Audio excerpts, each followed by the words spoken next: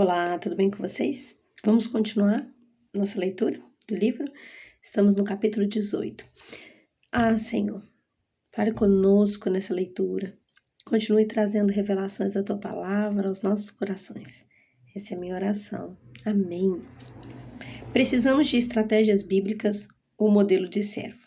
Quem quiser tornar-se importante entre vocês deverá ser servo. E quem quiser ser o primeiro deverá ser escravo, como o filho do homem, que não veio para ser servido, mas para servir e dar a vida em resgate por muitos.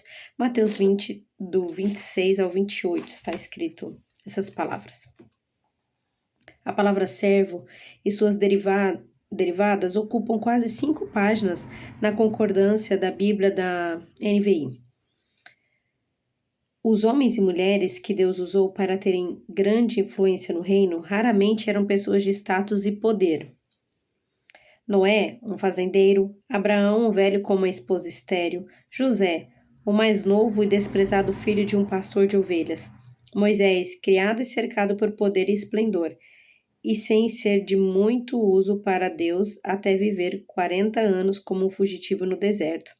Davi, o filho do qual ninguém se lembrava, um rejeitado na família. Esther, a órfã refugiada e destituída, sem recursos ou posição social. Ruth, a viúva refugiada com uma sogra que não tinha um centavo. Neemias, um servo escravo de um rei pagão.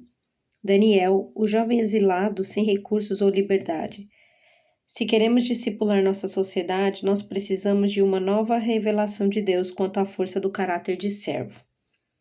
No Novo Testamento, o padrão continua quando o Filho de Deus vem a nós, não como um rei do universo em todo o seu esplendor e glória, mas como um humilde carpinteiro em uma modesta família de um insignificante vilarejo.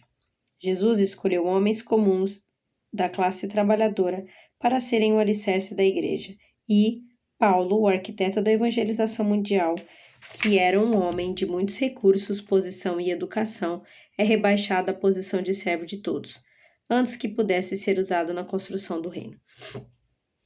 O que será que temos a aprender com esse tema que aparece tão consistentemente nas Escrituras? Qual é a perspectiva de Deus sobre o poder que torna os fracos mais influentes que aqueles que possuem status aos olhos do mundo? O que quer dizer essa insistência de Deus em usar somente os menores, mais jovens, mais pobres e mais destituídos? O que ele sabe sobre poder que ainda não compreendemos? Uma estratégia de saturação. O pastor de um presidente na África Ocidental, que desejava ver a sua miserável nação ser discipulada pela palavra de Deus, fez-me uma incrível pergunta. Ao discutirmos uma estratégia nacional para seu país, ele perguntou: se você tivesse de escolher, qual seria a sua prioridade como estratégia para uma reforma nacional? Se concentrar nos líderes dos segmentos profissionais de seu país ou se concentrar nas igrejas e nos pastores? Olhei para ele com grande respeito, porque poucos conhecem o suficiente do reino para compreender como essa questão é importante. Este homem havia feito seu dever de casa com Deus. O Espírito Santo o havia ajudado a entender a importância daquela questão. Respondi que eu preferia não escolher, que eu acreditava que Deus iria construir seu reino em todas as direções. Mas o pastor insistiu, e, para poder continuar a discussão, eu tive de escolher. Minha resposta era evidente. Eu iria escolher as igrejas locais comuns como cenário para uma estratégia de reforma nacional. Gandhi dizia que os ingleses iriam dominar a Índia durante o tempo em que o povo permitisse, por uma simples força numérica, um povo unido por uma mesma causa. Pode prevalecer sobre o controle da minoria que está no topo. A minoria apenas tem influência sobre a maioria se a maioria permanecer em silêncio e não se importar. Uau, né?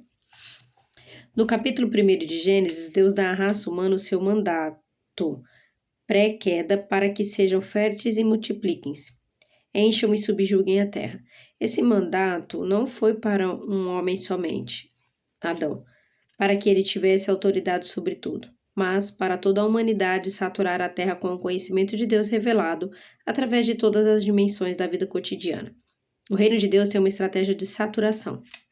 Isso está dramaticamente demonstrado através das exortações de Deus para Israel sobre não escolher um rei, mas sim um sistema mais popular de líderes tribais e representação.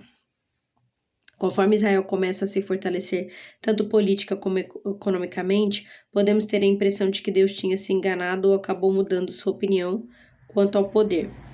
Sobre o reinado de Salomão, Israel alcança o auge do desenvolvimento nacional. Com certeza, a monarquia como forma de governo foi abençoada. A arca retorna a Israel, o templo é construído, eles têm paz nas suas fronteiras, a economia se expande e a lei é respeitada no palácio. Será que Deus tinha se enganado? Ou o que poderia ser melhor que ter um rei?